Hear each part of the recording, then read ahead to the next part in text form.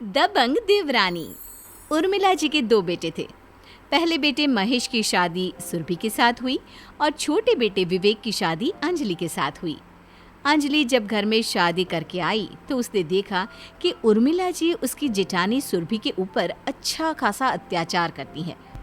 उर्मिला जी सास होने के पूरे मजे ले रही थी और जब देखो तब किसी न किसी बात पर सुरभि को परेशान करती रहती। उसे दुखी करने का कोई मौका नहीं छोड़ती। लेकिन अंजलि को ये बात अच्छी नहीं लगी।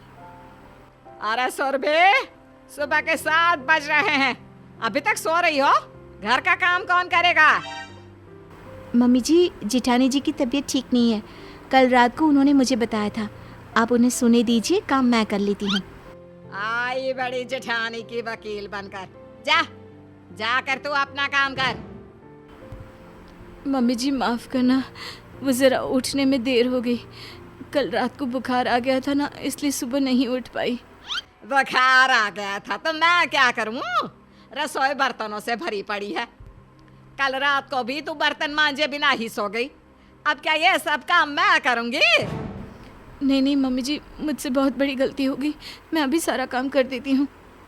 भाभी, आपको बर्तन मांजने की कोई ज़रूरत नहीं है। कल रात को आपको बुखार था। अरे तो कौन साफ करेगा बर्तन? तुम करोगी क्या? मम्मी जी, आप अच्छी तरह जानती हैं मुझे ऑफिस जाना है और मैं ये सारे काम नहीं कर सकती। तो फिर ज्यादा बहस करने की जरूरत नहीं है। चुपचाप सुरभि को सारा काम करने दे। जा सुरभि, जल्दी से बर्तन साफ कर। और आज पूरा बाथरूम कपड़ों से भरा पड़ा हुआ है, वो भी तुझे ही धोने हैं। अंजलि को अपनी सास का ये बर्ताव बिल्कुल अच्छा नहीं लगता। देखिए मम्मी जी, ये आप अच्छा नहीं कर रही हैं। मैं इस घर की छोटी बहू भले ही हूँ, लेकिन इस घर में किसी के साथ कुछ भी अत्याचार हो, ये मैं बर्दाश्त नहीं कर सकती। क्या बर्दाश्त नहीं कर सकती? तुम छोटी बहू हो, बहू की तरह रहो। सास बनने की कोशिश मत करो। ठीक है मम्मी जी, शाम को बात करते हैं। मुझे अभी ऑफिस जाने में लेट हो रहा है। जब अंजलि शाम को ऑफिस से लौट कर आती है तो साथ में अपने भाई को लेकर आती है। अंजलि का भाई शहर का जाना माना दबंग इंसान था। उसके आगे किसी की एक ना चलती। जय हो आंटी जी। क्या बात है, आजकल बहुओं को बहुत परेशान किया जा रहा है। अरे नहीं, ऐसी तो कोई भी बात नहीं है। अरे बेटा, पूछ ले अंजलि से। हैं? उससे तो मैं कोई काम ही नहीं करवाती है ना अंजलि बेटा। मम्मी जी, मेरा भाई मेरी नहीं, इस घर की बहू यानी कि मेरी और सुरभि भाभी दोनों की बात कर रहा है। अगर ऐसी बात है तो सुरभि से भी पूछ लो। अभी उसे बुला देती हूँ। सुरभि बेटा, जरा इधर तो आना। सुरभि अपनी सास से बहुत डरती थी और इसलिए उसने अंजलि के भाई के सामने अपना मुंह बिल्कुल नहीं खोला। प्रणाम भाभी, क्या बात है, आप इतनी उदास क्यों दिख रही है? अरे अगर आपको किसी भी तरह की कोई भी तकलीफ है ना इस घर में, तो बेधड़क मुझे बता दीजिए। यहाँ का सारा काम तो मैं देख लूँगा। आपका बहुत बहुत शुक्रिया, लेकिन मुझे कोई प्रॉब्लम नहीं है। इनफैक्ट मम्मी जी तो मुझे बहुत प्यार करती है। अंजलि तो मेरी छोटी बहन की तरह है। अरे भाभी, आपको किसी से डरने की ज़रूरत नहीं है। आप सीधे सीधे बता क्यों नहीं देती कि मम्मी जी आपके साथ किस तरह का व्यवहार करती हैं? देख बेटा, तुम्हारी बहन की जबान कैसे कैंची की तरह चलती है। अरे अब जब सुरभि खुद कह रही है कि उसे कोई परेशानी नहीं है, तो भला ये क्यों भड़काने में लगी हुई है? अंजलि, मुझे लगता है तुम्हारी सास ठीक कह रही है। हो सकता है कि तुम्हारी जेठानी को कोई परेशानी ना हो, बस तुम्हें ऐसा लग रहा हो। ठीक है, अभी मैं चलता हूँ। इस तरह की चालाकी खेलकर अंजलि की सास अंजलि के भाई को वहाँ से भेज देती है और उसके जाने के बाद, अंजलि, खबरदार जो आज के बाद कभी अपनी जेठानी की तरफदारी करने की कोशिश भी की तो। आप मुझे जानती नहीं मम्मी जी। मेरे भाई को देखा है ना, बस उसी की बहन हूँ मैं। डरती नहीं हूँ किसी से। हाँ, ध्यान रखना। और फिर एक दिन अकेले में अंजलि अपनी जेठानी को समझाती है, भाभी, इस तरह डरने से ज़िंदगी नहीं कटेगी। आपको मम्मी जी के अत्याचार का जवाब देना चाहिए। नहीं नहीं अंजलि, मुझे मम्मी जी से बहुत डर लगता है। मैं उन्हें कोई जवाब नहीं दे सकती। जैसा चल रहा है प्लीज़ चलने दो।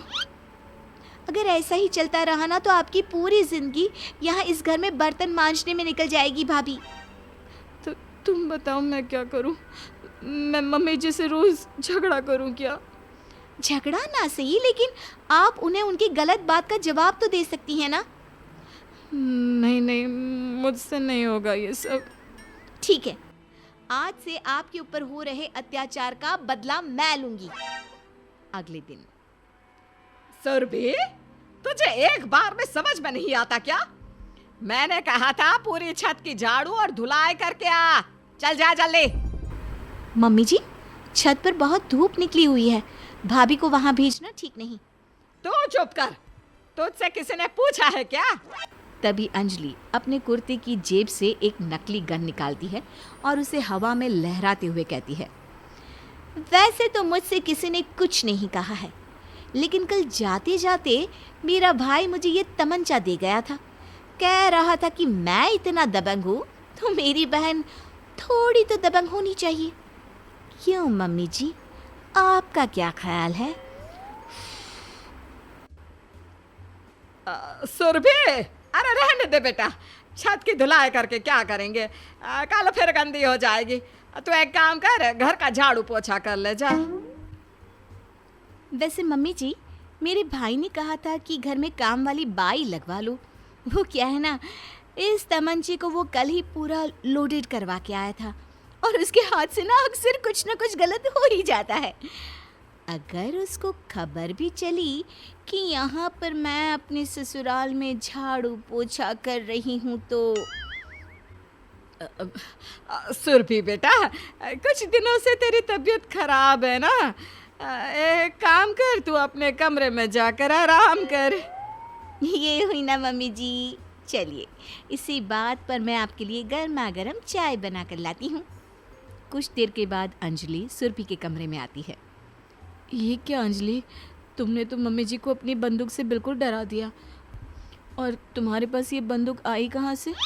भाभी, इंसान को ना थोड़ी सी हिम्मत दिखानी चाहिए। आप जानते हैं ये नकली है, लेकिन मेरे अंदर जो हिम्मत है ना वो बिल्कुल असली है। ठीक कहती हो तुम, थोड़ी सी हिम्मत मुझे भी करनी होगी। कल जब मम्मी जी आपसे कुछ भी कहेंगी ना तो मैं आपकी तरफदारी नहीं करूँगी। आप एक बार में उन्हें अच्छे तरीके से जवाब दे देना, फिर देखना वो आपको कभी परेशान नहीं करेंगी। और फिर अगले दिन। सुरभि, जा मंडी जाकर सब्जी ले आ। लेकिन मम्मी जी, अभी तो दोपहर के 12 बजे हैं, बाहर बहुत गर्मी है, मैं शाम को जाकर ले आऊंगी। तो क्या मोम की बनी है, जब पिघल जाएगी हैं? मम्मी जी, मैंने कह दिया ना, मैं सब्जी शाम को जाकर ले आऊंगी। अभी बहुत तेज गर्मी है और इतनी तेज धूप में जाना मेरे बस की बात नहीं है। सुरभि का जवाब सुनकर उर्मिला जी डर जाती हैं।